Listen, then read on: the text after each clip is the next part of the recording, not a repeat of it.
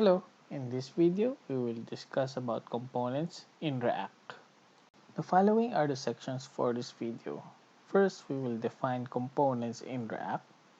Then we will use app.cs as an example and check out the parts in app.cs. Then we will differentiate class component versus functional component. Lastly, we will create a React component. Components are building blocks of a React application. A React application usually have several components in it. It is usually composed of HTML, CSS, and JavaScript.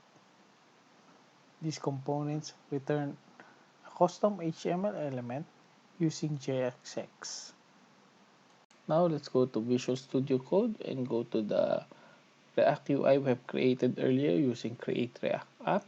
So let's go to Source, app.js. App.js is an example of a component in React. So here we have the import.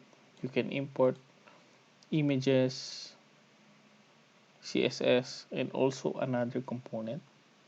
Here is the part where we create the function. So this is an example of a functional component. Later we will compare class component and functional component. Here we can add JavaScript, so we can define variables and other things. Next, after the return will be the JSX.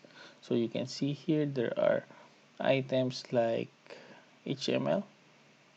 So you can also add another component here.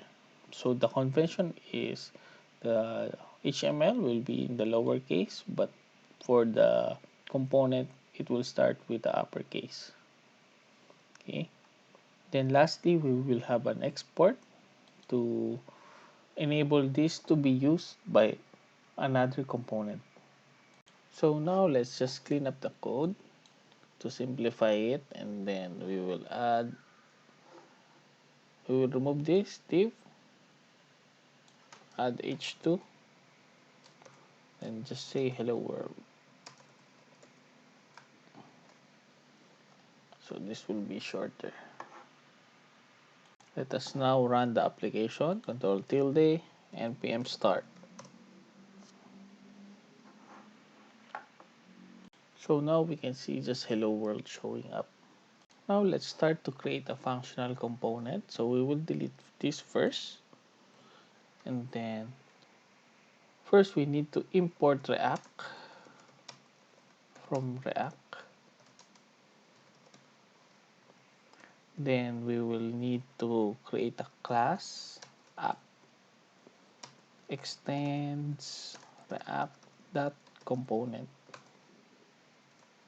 So we call this React that we imported earlier. Then in a class you have a special function called render. So here we will return the JSX. So hello world.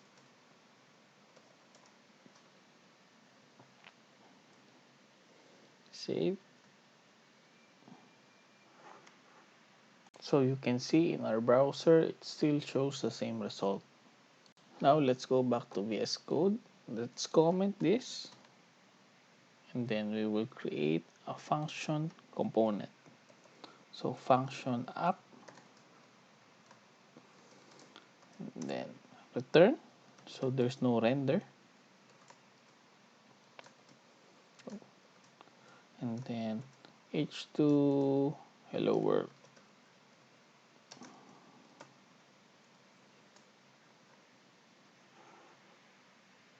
In the browser we can still see hello world. Another better version we can create is using the arrow notation. So let's comment this first. It should work like this. So just arrow rotation, and then return the hello return, then h2 hello world.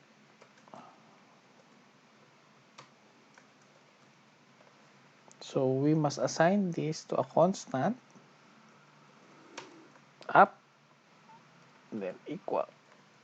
Okay, simple as this. Let's try again, check. So we can see in the browser it's still the same. So the old way of doing React component is using the class component. As you can see here, it's much more complicated. You need a render function. Inside you will put the JSX. You also need to extend to a React component. Functional component, on the other hand, is much cleaner. So moving forward, we'll be using this arrow notation to create a functional component. So aside from simplicity in coding, there are also other things that can now be handled by the functional component. So we will discuss this in a future video, so don't worry. So class component can handle state, but now functional component can also handle state using the useState. The lifecycle method, like when the page load, when the page close, can also be handled by the functional component using the useEffect.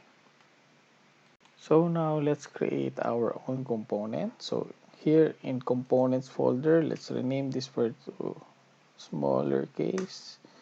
And then this components is not included when you run create React app. So I just created this folder. Let's add a component, add file, hi.js. So this is our hi component. So constant hi equals arrow notation, then return h3 hi from component. Okay, then we will export hi, export default hi. Okay, okay, now let's go to app.js. Let's remove this. So import hi from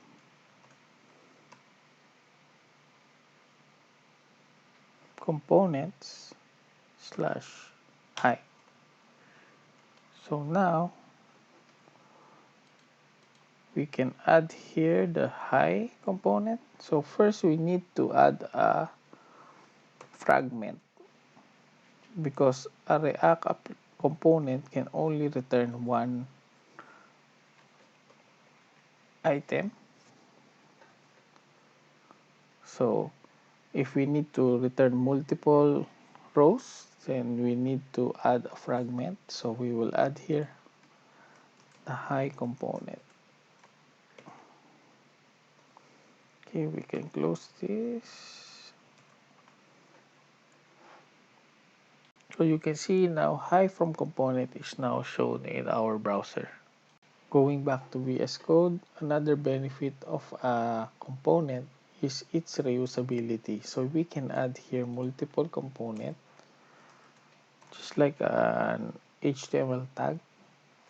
And then now we can see hi from component appears multiple times in our browser. So to summarize, components are building blocks of a React.js application.